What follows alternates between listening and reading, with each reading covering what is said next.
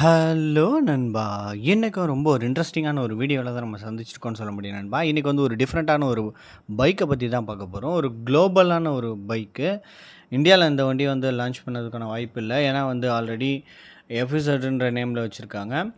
என்ன வண்டின்னு பார்த்தீங்கன்னா, Yamaha தரப்புலேருந்து ஃபேஸர பத்தி தான் பார்க்க போறோம். ஃபேஸர்லேயே இது 150 சிசி சூப்பரான ஒரு டிசைன்ல குளோபலா வந்து டிசைன் பண்ணியிருக்கிறாங்கன்னே நம்மளுக்கு சொல்ல முடியும். நல்ல ஒரு டிசைன் ஃபேக்ட்டு, நல்ல ஒரு அருமையான ஃபீச்சர்ஸோட வண்டி வந்து செம்மையாவே லான்ச் பண்ணியிருக்காங்கன்னே நம்மளுக்கு சொல்ல முடியும். ஃபேஸர் FEZ 150 அப்படின்ற மாடல் தான் நம்ம இன்றைக்கி பார்க்க போகிறோம். இது வந்து ஒரு பிரேசில் பைக் மார்க்கெட்ஸ்லலாம் நம்மளுக்கு அவைலபிளாக இருக்குது. நிறையா மார்க்கெட்ஸில் வந்து நம்மளுக்கு அவைலபிளாக இருக்குது. ஆனால் நல்ல ஒரு பைக்கு Yamaha பொறுத்தவரையும் எந்த ஊரில் போனாலும் அதில் இன்ஜின் குவாலிட்டி எல்லாமே வந்து சூப்பராக டாப் நாச்சாகவே இருக்கும்னே சொல்ல முடியும். அதே போல் தான் இந்த வண்டியுமே ரொம்பவே சூப்பராகவே இருக்குது. அதோட டீட்டெயில் வந்து நம்ம ஃபுல்லாகவே பார்ப்போம் இன்றைக்கான வீடியோவில். இப்போ தான் நம்ம சேனலுக்கு நீங்கள் ஃபஸ்ட் டைம் வந்திருந்தீங்கன்னா மறக்காமல் நம்ம சேனலை சப்ஸ்கிரைப் பண்ணி வச்சுக்கோங்க. பக்கத்தில் இருக்க பெல் ஐக்கனை கிளிக் பண்ணிக்கோங்க. அப்போ தான் நம்ம போடுற ஒவ்வொரு வீடியோக்கும் உங்களுக்கு நோட்டிஃபிகேஷன் வந்துக்கிட்டே இருக்கும் கைஸ். ஃபஸ்ட்டு இந்த வண்டியோட இன்ஜின் செட்டப்பை நம்ம பார்த்துருவோம். செம்மையாக வந்து நம்மளுக்கு கொடுத்துருக்குறாங்க. வண்டியோட லுக்கே வந்து தரமாகவே நம்மளுக்கு கொடுத்துருக்காங்க. நல்ல ஒரு ஃபார்ம் ஃபேக்டரில் வந்து வண்டியை டிசைன் பண்ணியிருக்கிறாங்க. ஒரு காம்பேக்டான ஒரு டிசைனு நம்மளுக்கு எஃப்இசட் எப்படி இருக்குமோ அந்த மாதிரி கொடுத்துருக்காங்க. ஆனால் கொஞ்சம் இது குவாலிட்டிலாம் வந்து சூப்பராக கொடுத்துருப்பாங்க. ப்ளஸ் இதில் வந்து நம்மளுக்கு வந்து டிசைனும் கொஞ்சம் கொஞ்சம் சேஞ்ச் பண்ணி நம்மளுக்கு கொடுத்துருக்காங்க. ஹெட்லைட் பொசிஷன்லாம் பார்த்தீங்கன்னா கொஞ்சம் வேறு மாதிரி நம்மளுக்கு டிசைன் கொடுத்துருக்குறாங்க. நம்ம ஊரில் இருக்க எஃப்இசட் மாதிரி கிடையாது.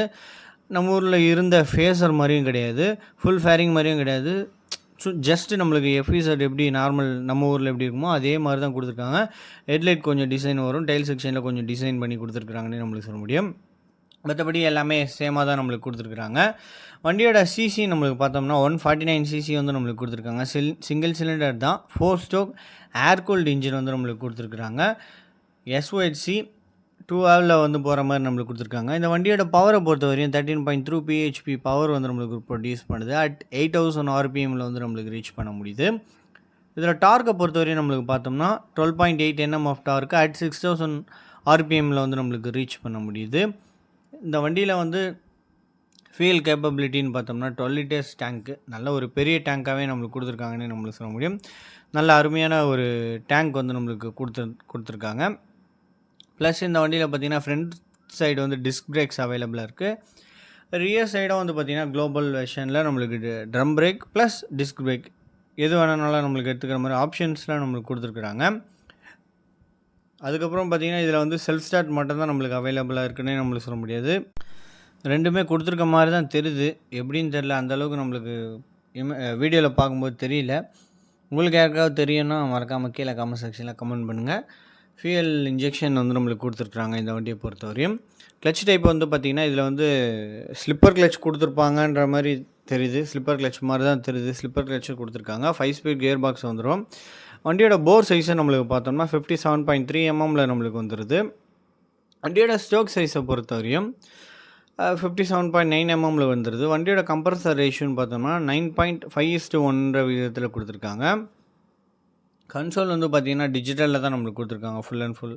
அதிலே வந்து பார்த்திங்கன்னா நம்மளுக்கு வந்து அந்த கனெக்டிவிட்டி எல்லா ஃபீச்சர்ஸுமே கொடுத்துருக்காங்க. ப்ளூடூத் கனெக்டிவிட்டி, நேவிகேஷன்ஸ், ப்ளூடூத்லேயே நம்ம வந்து எல்லாமே பார்த்துக்கிற முடியும். ஆவரேஜ் மைலேஜ், வண்டியில் எவ்வளோ ஃபியூயல் இருக்குது, எவ்வளோ ரேஞ்ச் போக முடியும் அப்படின்றத வந்து நம்மளுக்கு ஈஸியாகவே நம்மளுக்கு பார்த்துக்கிட முடியும். கன்சோல்லையும் இருக்கும். ப்ளஸ் நம்மளுக்கு வந்து ப்ளூடூத் கனெக்டிவிட்டி மூலமாகவும் நம்ம எல்லாமே மானிட்டர் பண்ணிக்கிறதுக்கு ஏதுவாகவே நம்மளுக்கு கொடுத்துருக்குறாங்கன்னு நம்மளுக்கு சொல்ல முடியும். ஸ்பீடாக டேக்கா ட்ரிப்பாக எல்லாமே வந்து நம்மளுக்கு டிஜிட்டலில் தான் கொடுத்துருக்காங்க. வண்டியோட பேசஞ்சர் ஃபுட்ரஸ் நல்லா சூப்பராக கொடுத்துருக்காங்க. சீட்டிங் பொசிஷருமே நல்லாயிருக்கு. பில்லியனுக்கும் சரி டிரைவருக்கும் சரி நல்லா சீட்டிங் கம்ஃபர்ட் வந்து நம்மளுக்கு கிடைக்கும்னே நம்மளுக்கு சொல்ல முடியும். நல்ல ஒரு அருமையான ஒரு வண்டி.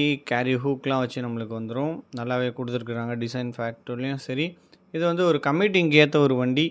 பிரேசில்லலாம் பார்த்திங்கன்னா அதிகமாக இந்தியா மாதிரி தான் ஒரு கம்யூட்டிங்காக தான் பைக் எடுப்பாங்களே தவிர்த்து ரொம்ப சூப்பர் பைக்கில் இன்வால்வ்டாலாம் இருக்க மாட்டாங்க. ஏன்னா அதுவும் கொஞ்சம் வளர்ந்து வர்ற கண்ட்ரி தான் இந்தியா மாதிரி. அந்த லெவலுக்கு இந்த வண்டி அந்த ஊருக்கெலாம் வந்து இந்த வண்டி இது வேறு லெவலாக இருக்கும்.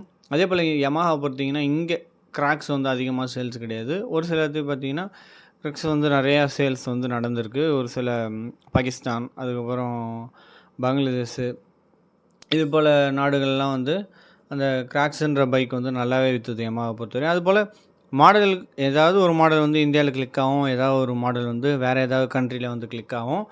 இங்கே வந்து ஃபேஸர்ன்ற இந்த பைக் வந்து அங்கே கிளிக் ஆகிருக்கு. நமக்கு ப்ரீவியஸாக பார்த்தீங்கன்னா ஃபுல் ஃபேரிங் வச்சு நம்மளுக்கு வந்து ஃபேஸர் வந்து லான்ச் பண்ணியிருந்தாங்க. ஆனால் அதை வந்து டிஸ்கண்டினியூ பண்ணிட்டாங்க. இப்போ வந்து நம்மளுக்கு மார்க்கெட்டில் அவைலபிளாக கிடையாது. 2019 வந்து நம்மளுக்கு டிஸ்கண்டினியூ பண்ணிட்டாங்க. என் ஃப்ரெண்டு அதுலேயே வச்சுருந்தான், ப்ளூ அண்ட் ஒயிட் மிக்ஸ் ஆன மாதிரி. நல்ல ஒரு வண்டி, ஏன் நிப்பாட்டினாங்கன்னு தெரில. அதுக்கப்புறம் வந்து 250லேயும் லான்ச் பண்ணாங்க, அதையும் வந்து டிஸ்கண்டினியூ பண்ணிட்டாங்க. ஆனால் பிரேசில் இது போல் குளோபல் கண்ட்ரிலெலாம் பார்த்திங்கன்னா ஃபுல் ஃபேரிங் இல்லாமல் நார்மலான ஒரு எஃப்இசட்டே வந்து ஃபேஸர் சொல்லி கொடுக்குறாங்கன்னே நம்மளுக்கு சொல்ல முடியும். இந்த வண்டியோட ஓவரால் வித்து 760 mm வந்துடுது. வண்டியோட லென்த்து 2073 mm வந்துடுது. வண்டியோட ஹைட்டுன்னு பார்க்கும்போது 1115 mm நம்மளுக்கு வந்துடுது. வண்டியோட சீட் ஹைட்டு 790 mm. ஷார்ட்டர் ரைடருமே ஈஸியாக வந்து உட்காந்து ஓட்டுறதுக்கு ஏதுவாக தான் வண்டியை வந்து டிசைன் பண்ணியிருக்காங்கன்னே நம்மளுக்கு சொல்ல முடியும். வண்டியோட கிரவுண்ட் கிளியரன்ஸ் 160 mm வந்து நம்மளுக்கு கொடுத்துருக்காங்க.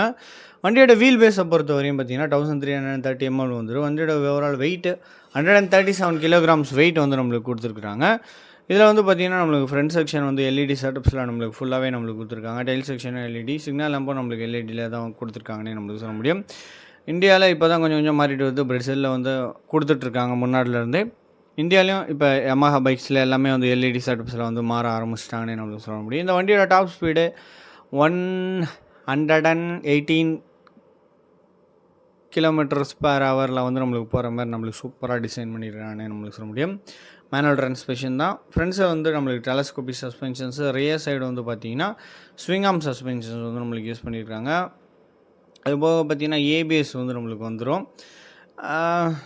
இது டுவெல் சேனல் ஏபிஎஸ்ஸா, அது கொஞ்சம் இன்னும் கிளாரிட்டி தெரியல. ஆனால் ஏபிஎஸ் வந்து நம்மளுக்கு அவைலபிளாக இருக்குது. ஃப்ரண்ட் செக்ஷனோட டயர் சைஸை நம்மளுக்கு பார்த்தோம்னா 100/80 17 inches வந்து நம்மளுக்கு கொடுத்துருக்காங்க. ரியர் செக்ஷனும் அதே தான், 140/60 17 inches வந்து நம்மளுக்கு கொடுத்துருக்காங்க. வீல் சைஸை பொறுத்தவரை நம்மளுக்கு 17 inches தான் நம்மளுக்கு வந்துடும். அலை வீல் செட்டப்ஸ் தான். ஃப்ரேமை பொறுத்தவரைக்கும் டைமண்ட் ஃப்ரேம் வந்து நம்மளுக்கு யூஸ் பண்ணியிருக்காங்க. டியூப்லெஸ் டயர்ஸ் தான் நம்மளுக்கு வந்துடும். மற்றபடி எல்லாமே வந்து நல்லாவே கொடுத்துருக்காங்கன்னே சொல்ல முடியும். இதோட ப்ரைஸ் வந்து நம்ம இந்தியன் மணிக்கு கன்வெர்ட் பண்ணோன்னா கிட்டத்தட்ட 1,20,000 அந்த ரேஞ்சில் வந்து வருது. அந்த ப்ரைஸுக்கு இந்த 150 செக்மெண்ட்டு அந்த ஊரில் ஒருத்தனே சொல்ல முடியும். ஏன்னா மைலேஜ் எக்கானமி லெவலில் அங்கே வந்து வாங்குவாங்க. அந்த லெவலுக்கு கொடுத்துருக்கிறது ரொம்ப ஒரு நல்ல விஷயம்னே நம்மளுக்கு சொல்ல முடியும். கண்டிப்பாக இந்த வீடியோ வந்து உங்களுக்கு பிடிச்சிருக்கோன்னு நினைக்கிறேன். இதுபோல் வேறு ஏதாவது வண்டியை பற்றி போடணுன்னாலும் மறக்காமல் கீழே கமெண்ட் செக்ஷனில் கமெண்ட் பண்ணுங்கள், நான் போடுறேன். கண்டிப்பாக நம்ம சேனலை சப்ஸ்கிரைப் பண்ணிக்கோங்க. நிறைய பேர் சப்ஸ்கிரைப் பண்ணாமல் பார்க்குறீங்க. யூடியூபோட அல்காரிதம் சொல்லுது. நான் சப்ஸ்கிரைபர் வந்து நிறைய பேர் வீடியோ பார்க்குறாங்க, ஆனால் சப்ஸ்கிரைப் பண்ணவங்களும் பார்க்க மாட்டுறாங்க. அதனால் கண்டிப்பாக நம்ம சேனலை சப்ஸ்கிரைப் பண்ணிச்சு உங்கள் ஃப்ரெண்ட்ஸ், ஃபேமிலி மெம்பர்ஸ்க்கு எல்லாருக்குமே ஷேர் பண்ணிவிடுங்க கைஸ். தேங்க்யூ ஃபார் வாட்சிங் திஸ் வீடியோ. Thank you guys.